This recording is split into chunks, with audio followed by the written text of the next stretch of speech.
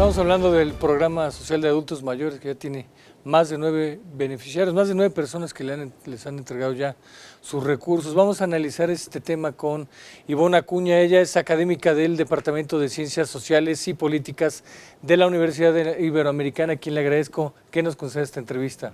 Alejandro, un gusto estar con usted y su auditorio. Al contrario, el gusto es nuestro. ¿Cómo ve este avance del programa social? Faltan 500,000 personas y van 9 millones a quienes ya les entregaron sus recursos. ¿Qué le parece? Pues me parece muy importante porque justamente está en el eje de la política social del actual presidente de la República y de hecho ha sido una de las políticas que consideró importantes desde que fue gobernante de la Ciudad de México. Y que se criticó mucho este programa al principio porque se asumía que era tirar el dinero, que era poner el dinero en manos improductivas.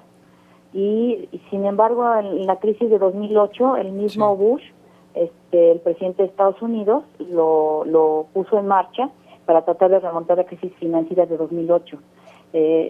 Lo que sabemos de esta estrategia pues tiene que ver con beneficiar a un sector vulnerable, porque la gente pues ya adulta mayor es un sector vulnerable, o porque ya no trabaja, o porque no tiene pensión, o porque la pensión es muy baja. Hay pensiones que realmente una se pregunta cómo puede una persona sobrevivir con eso. Entonces es atender a un sector vulnerable, es poner dinero en las manos, en los bolsillos de las personas, en sus manos para que consuman, y eso permite, si lo pensamos también en función de el proyecto para jóvenes, tiene que ver con esa dinamización del mercado interno, y siempre ha estado, digamos, desde que fue gobierno, decía yo, el actual presidente de la Ciudad de México, en el centro de su política social, ¿no?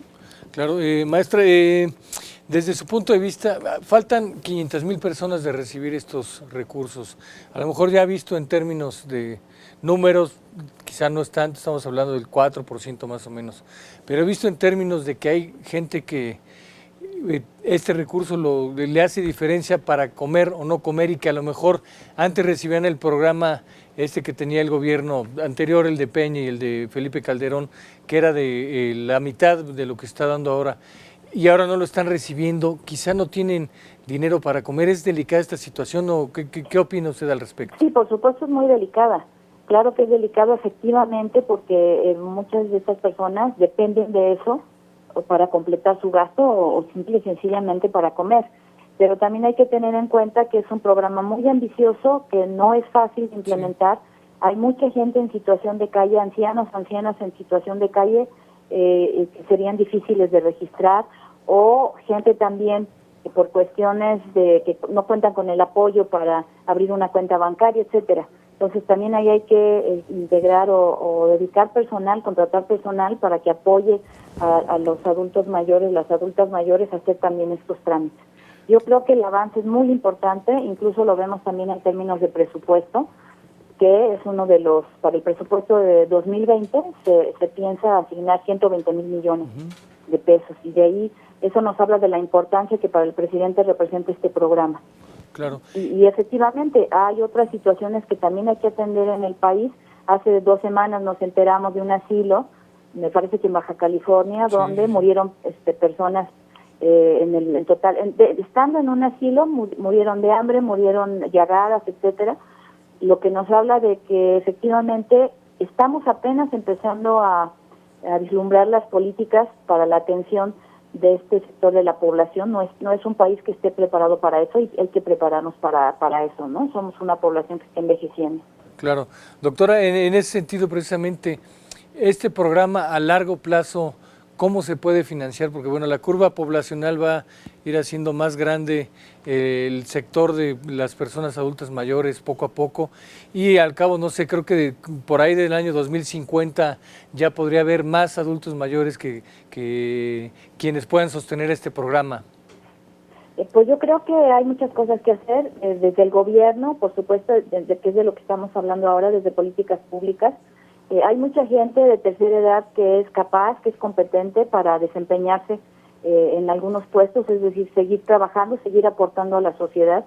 Y lo que pasa es que hemos construido mundialmente una cultura en la que se privilegia a la gente joven, se privilegia lo nuevo, Sí. en detrimento de la experiencia, de los conocimientos de las personas que llamamos de tercera edad. Esa podría ser, por supuesto, una vía, es decir, que sea productivo quien pueda seguir siendo productivo, también para poder apoyar el gasto de quien ya no puede ni moverse o salir a la calle y trabajar, o quien trabaje también desde su casa.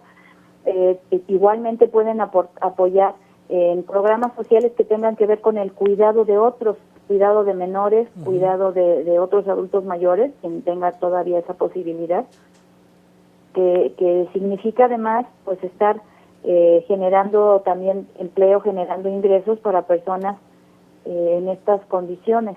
Seguramente los expertos, las expertas en estos asuntos de tercera edad y de su participación en la economía, pues tendrán más propuestas que hacer al respecto. O sea, no tiene por qué ser un gasto oneroso o dinero, como decía al inicio, puesto en manos improductivas.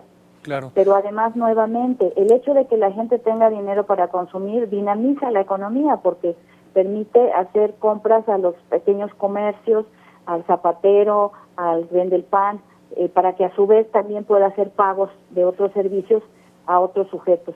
Claro. Lo que pasa es que pensamos en términos económicos, Sí. y no pensamos también en términos de que el capitalismo requiere regulación y requiere intervención del Estado para disminuir los efectos negativos del mercado. Cuando la gente por pobreza, por edad, por lo que sea, no puede pagar servicios en el mercado, empezando por lo mínimo que es comprar alimentos, el Estado tiene una obligación. Y parte de los impuestos que pagamos deben dirigirse a eso, a cubrir esa obligación.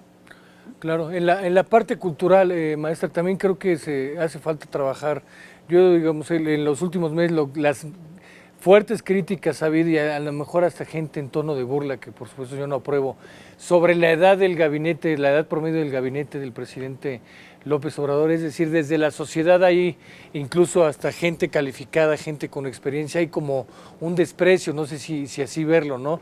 Y si uno baja a otros estratos sociales, pues vemos que, por ejemplo, la oportunidad que se les dio desde hace muchos años a los adultos mayores es ir a empacar a supermercados, ¿no? Una labor que hasta ahí se queda, no hay más, como usted planteaba, de proyectos productivos o un empleo que pueda ser más formal para ellos. Claro, debería haber más de ese tipo de proyectos para permitirles conseguir su ingreso de manera digna y sentirse útiles y aportar el conocimiento que tienen. Y concuerdo, Alejandro, efectivamente hay una cuestión cultural, un desprecio hacia las personas que han alcanzado cierta edad, y hablando del gabinete también, Sí, a mí sí, me sí. indigna, la verdad, Sí. cuando veo en programas. Yo entiendo que son bromas, yo entiendo que es en algunos casos chacota política, pero me parece que denigrar al gabinete, mencionando que si usa pañal o no usa pañal, o si le salió la dentadura a cierto secretario, a cierta secretaria, a mí me indigna. Me parece que estamos precisamente pasando por alto las capacidades de estas personas y su contribución a la vida social, y pareciera que la gente que hace estas críticas, mucho viene de gente joven, tampoco satanizo a la gente joven. Nunca va a llegar a esa edad, ¿verdad? Nunca va a tener esa edad, y suena, es como la risa fácil, ¿no? Reírse de eso, pudiendo pues hacer otro tipo de comentarios. Sí, a mí es una cuestión cultural, decía yo, es a nivel mundial. Lo joven es lo que importa. Incluso en términos del capitalismo hay un ensayo muy interesante que hizo Richard Sennett, se llama La cultura del nuevo capitalismo. Sí. Y él recoge cómo a la hora de contratar a alguien no se privilegia la experiencia, es decir, el currículum pierde valor en torno al potencial de alguien joven. Entonces, se prefiere contratar a alguien por lo que podría hacer y no por lo que ya sabe hacer, porque además sale más caro. Claro, entonces ya para puntualizar, maestra, sería importante realizar campañas, más concientización como esto, que creo que sí hemos avanzado en la equidad de género, avanzar también en este sentido de una cultura de protección, de cuidado hacia nuestros ancianos, porque digo, en el mejor de los casos, todos vamos para allá, ¿no?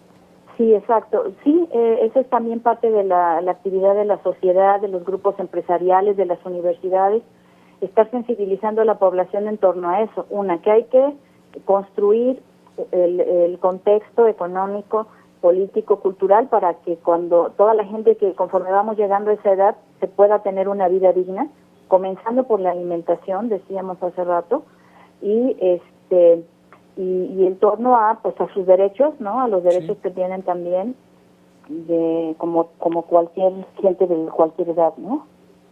Perfecto, maestra, pues me quedaré solo con algo que usted quiera concluir.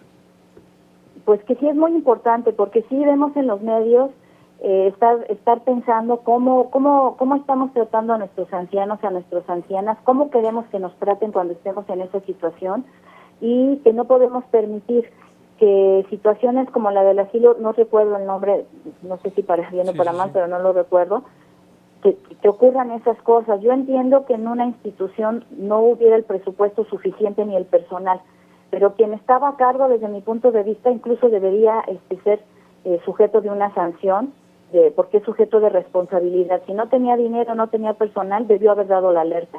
Tengo gente aquí que se me va a morir si no tengo alimentos, tengo gente aquí a la que ya no se le puede atender, no tengo personal, en lugar de dejarlos que se murieran y que se convirtiera en nota una vez muertos.